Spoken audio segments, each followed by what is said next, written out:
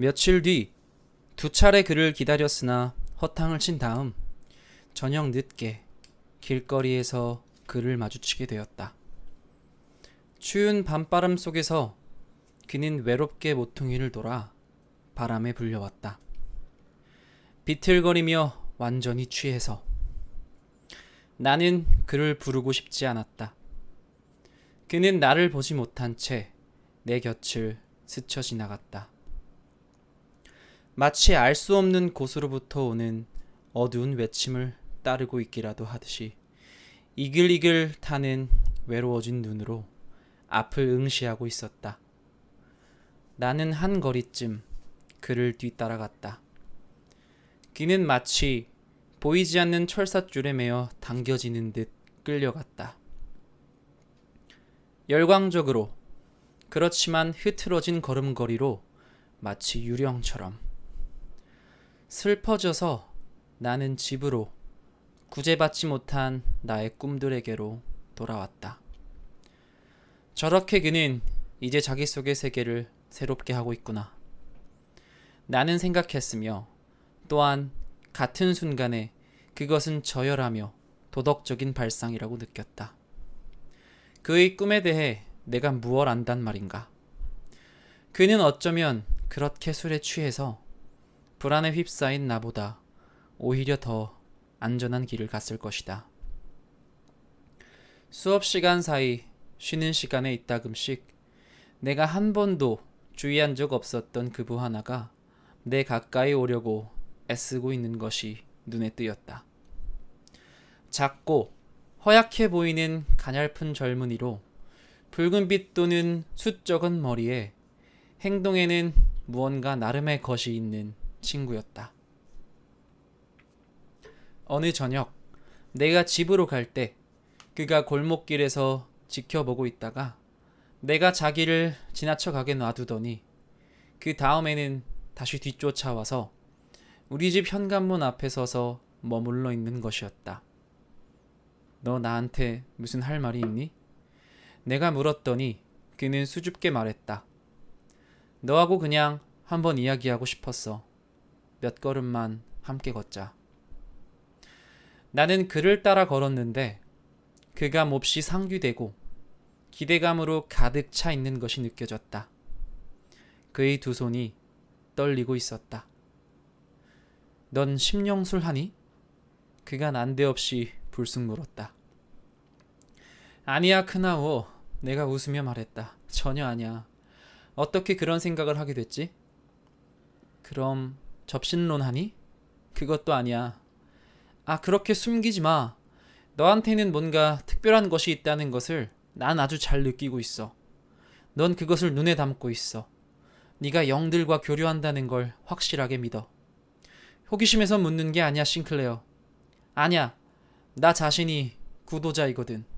그리고 난 너무도 외로워. 이야기해봐. 내가 그를 격려하였다. 난 영들에 대해서는 전혀 모르지만 내 꿈속에서 살고 있어. 그걸 네가 감지했구나. 다른 사람들도 꿈속에서 살아. 그러나 자기 자신의 꿈속이 아니야. 그게 차이지. 그래, 어쩌면 그럴지도 모르겠다. 그 애가 나직이 말했다. 어떤 종류의 꿈속에서 살고 있느냐, 그것만 문제라는 거지. 백주술이라는 말 들어본 적 있니? 나는 아니라고 해야 했다. 그건 자기 자신을 지배하는 법을 배우는 것이라더라. 죽지 않을 수 있고 요술도 할 수 있다는데 너 그런 연습 한 번도 안 해봤어? 그 연습에 대하여 호기심 어린 질문을 하자 그가 처음에는 뭔지 숨기는 듯 알 수 없이 굴어서 마침내 나는 가려고 몸을 돌렸다. 그러자 그가 주섬주섬 털어놓기 시작했다.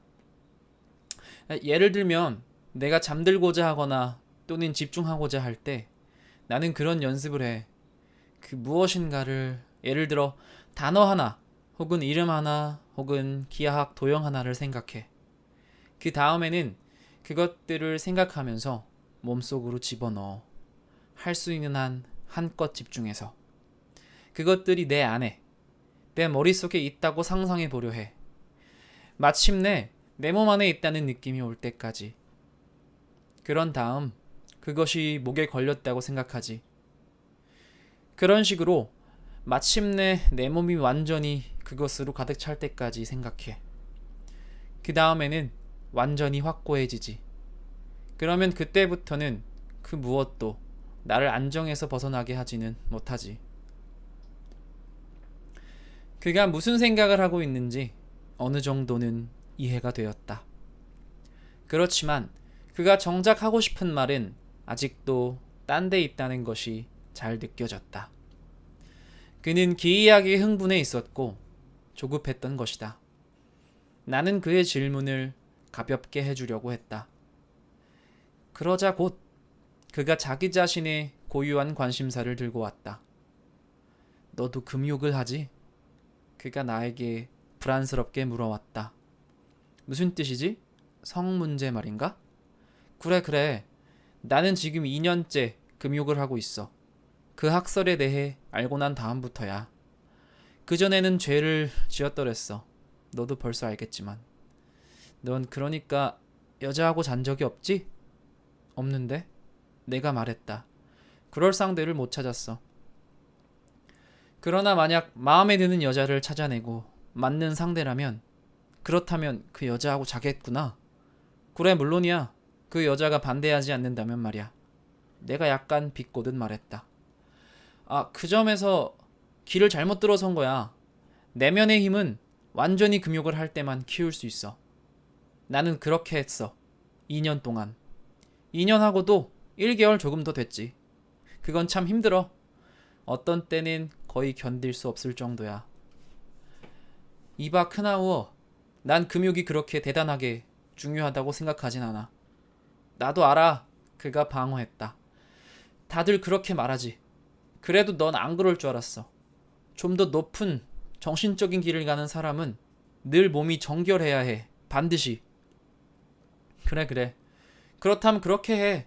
하지만 난 이해하지 못하겠어. 자신의 성을 억누르는 사람이 왜 다른 사람보다 더 정결하다는 건지. 아니면 너는 성을 모든 생각과 꿈에서도 배제해버릴 수 있다는 거니? 그는 절망적으로 나를 바라보았다. 아니야, 그런 게 아니야. 하느님 맙소사. 그렇지만 그래야만 해. 나는 밤에 꿈을 꿔. 나 자신한테조차도 이야기할 수 없는 꿈을 꾸는 걸. 무서운 꿈이라고. 나는 피스토리우스가 나한테 했던 말을 기억했다. 그의 말이 참으로 옳다는 것을 느끼는데도 그 말을 그대로 전할 수는 없었다. 내 자신의 체험에서 나온 것이 아니었으며 그것을 따르기에 나 자신이 아직 성숙해 있지 못하다고 느끼는 충고를 남에게 해줄 수는 없었던 것이다. 나는 입을 다물었다.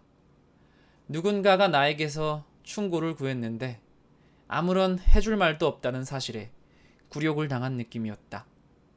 난 별별 시도를 다 해봤어. 크나우어가 내 곁에서 탄식을 했다. 할 수 있는 건 다 해봤어. 맹수욕, 안력 훈련, 체조, 달리기. 그러나 다 아무 소용 없었어. 밤마다 생각도 해서는 안 되는 꿈들 꾸다가 화들짝 깨어나곤 해.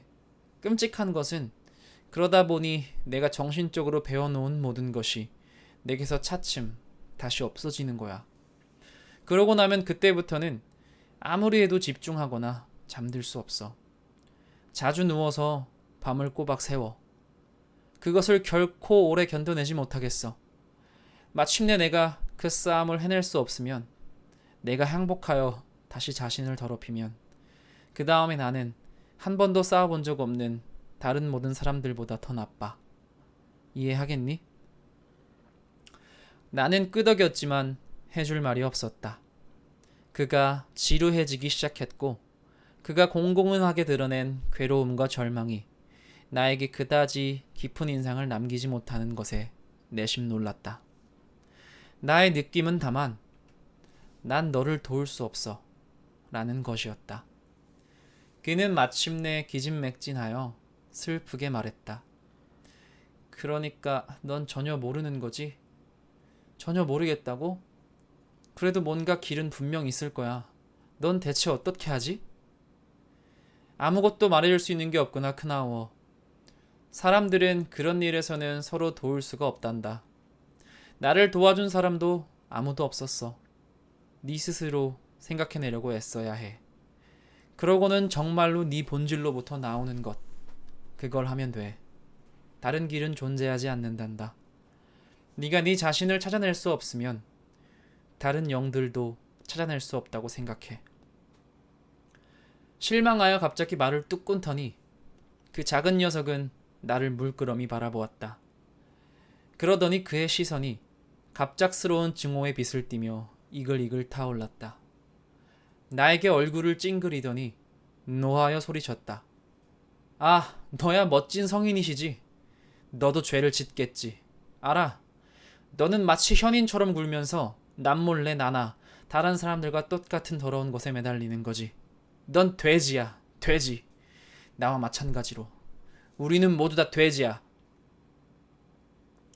나는 그를 세워둔 채 떠났다. 그는 두세 걸음 나를 따라오더니 그 다음에는 그대로 뒤에 멈추었다가 몸을 돌려 달아났다. 연민과 혐오의 느낌으로 속이 메스꺼렸다.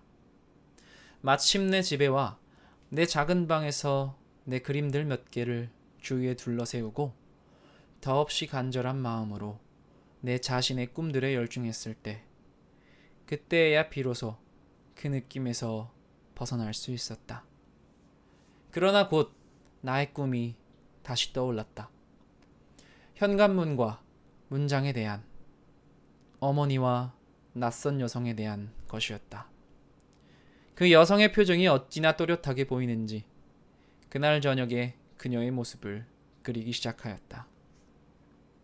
며칠 뒤 이 스케치가 완성되자 의식을 잃은 듯 몽환적인 상태에서 칠까지 하여 저녁에 벽에 걸고 독서 등을 그 앞으로 밀어놓고는 결판이 나도록 싸워야 하는 신 앞에 선 듯 그 앞에 서 있었다. 그것은 얼굴이었다. 전의 것과 비슷하고 내 친구 데미안과 비슷하고 몇몇 표정에서는 나 자신과도 비슷했다.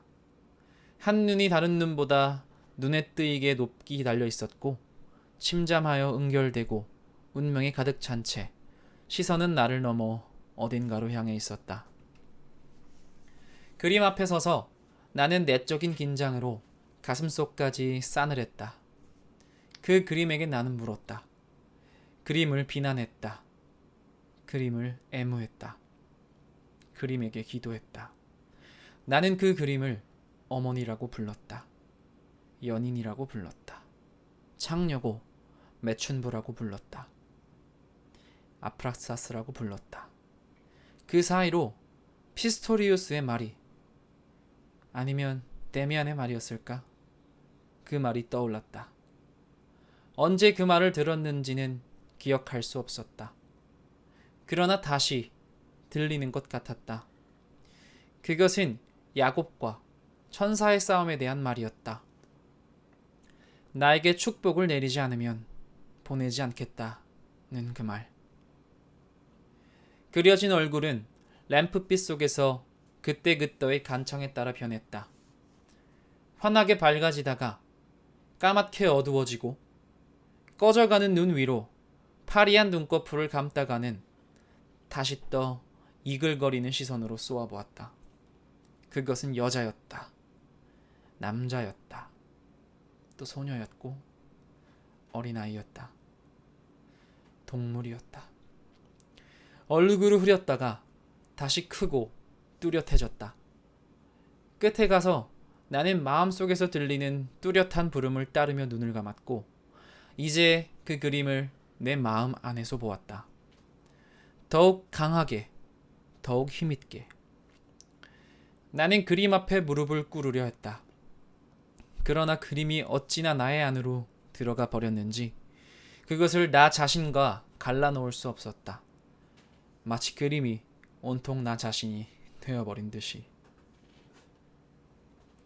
그때 마침 봄의 폭풍인 듯 어둡고 무거운 포효 소리가 들렸다. 나는 형언할 수 없이 불안과 체험의 새로운 느낌에 휩싸여 몸을 떨었다. 별들이 내 앞에서 번쩍거리다가 꺼졌다. 최초의 아주 잊혀진 유년으로까지 실로 전생과 생성의 초기 단계까지 이르는 기억들이 콸콸 흘러 나를 스쳐 흘러갔다. 나의 온 생애를 가장 비밀스러운 것까지 되풀이하는 듯한 기억들은 어제 오늘로 그치는 것이 아니었다. 계속 나아갔고 미래를 비추었고 나를 오늘로부터 낚아채어 새로운 삶의 형식들 속으로 넣었다. 그 새로운 삶의 영상들은 엄청나게 환하고 눈부셨으나 그중 어느 것도 나중에는 제대로 기억할 수 없었다. 밤에 깊은 잠에서 깨어나 보니 옷을 입은 채로 침대에 비스듬히 걸쳐 누워 있었다. 불을 켰다. 무언가 중요한 것을 생각해내어야만 할 것 같은 느낌이었다. 몇 시간 전의 일을 아무것도 알 수 없었다. 불을 켰다. 차츰 기억이 돌아왔다. 나는 그림을 찾았다. 그림이 이제는 벽에 걸려 있지 않았다. 책상 위에 놓여 있지도 않았다. 확실치 않았지만 내가 그것을 불태워 버린 것 같기도 했다. 아니면 내가 그것을 내 손으로 불태우고 죄를 먹어버린 것이 꿈이었을까? 몸이 푸들푸들 떨리는 큰 불안이 나를 몰아댔다. 어떤 강함을 받는 듯이 모자를 쓰고 집과 골목을 지나쳤다. 폭풍에 불려가듯 거리와 광장들을 빠른 걸음으로 내쳐 걸었다. 내 친구의 어두운 교회 앞에서 귀를 기울였고 어두운 충동에 휩싸여 무엇을 찾는지도 모르고 찾고 또 찾았다. 사창가들이 있는 교회를 지나갔다. 그곳은 여기저기 아직도 불이 켜져 있었다. 더 멀리 바깥에는 공사 중인 건물들과 기왓장 더미가 놓여 있었고 일부는 충충한 눈으로 덮여 있었다. 목류병자처럼 알 수 없는 힘에 눌려 이 황량한 곳을 헤매다 보니 언젠가 나의 고문자 크로머가 처음으로 계산을 하자고 나를 끌고 갔던 고향 도시의 공사장 생각이 났다. 비슷한 공사장이 잿빛 어둠 속에서 내 앞에 있었고 검은 문 구멍들이 내 앞에서 입을 벌리고 있었다. 그것이 나를 안으로 끌었다. 물러서려다가 모래와 허섭쓰레기에 걸려 비틀거렸다. 충동 쪽이 더 강했다. 나는 들어가야 했다. 판자와 짓부서진 벽돌들 너머로 나는 비틀비틀 그 황량한 공간 속으로 들어갔다. 축축한 냉기와 돌냄새가 침침하게 났다. 모래 더미가 좀 밝은 잿빛인 지점이 한 군데 있었다. 그 밖에는 온통 캄캄했다. 거기서 놀란 목소리 하나가 나를 불렀다. 맙소사 싱클레어, 어디서 내게로 온 거야? 그러면서 내 곁 어둠 속에서 사람 하나가, 작고 마른 사내가 유령처럼 몸을 일으키는 것이었다. 나는 머리카락이 곤두설 정도로 놀랐지만 그것이 내 하구 크나우어라는 것을 알아보았다. 어떻게 네가 여기로 온 거야? 흥분으로 제정신이 아닌 듯 그가 물었다. 어떻게 네가 나를 찾아낼 수 있었지? 나는 무슨 소리인지 알 수 없었다. 난 널 찾지 않았어. 내가 당황하여 말했다. 말 하나하나가 힘들어. 그 말은 얼어붙은 듯 무겁고 죽은 입술 사이로 가까스로 나왔다. 그가 나를 응시했다. 찾지 않았다고? 찾지 않았어. 이끌려 온 거야. 네가 나를 불렀니? 네가 나를 부른 게 틀림없어. 넌 여기서 대체 뭘 했어? 밤인데 말이야. 그가 가는 두 팔로 나를 으스러져라 껴안았다. 그래 밤이야. 머지않아 틀림없이 아침이 될 거고. 싱클레어, 네가 날 잊지 않았다니 날 용서할 수 있겠니? 대체 뭘 용서하지? 내가 그처럼 추하게 굴었잖아. 비로소 우리가 나누었던 대화가 기억났다.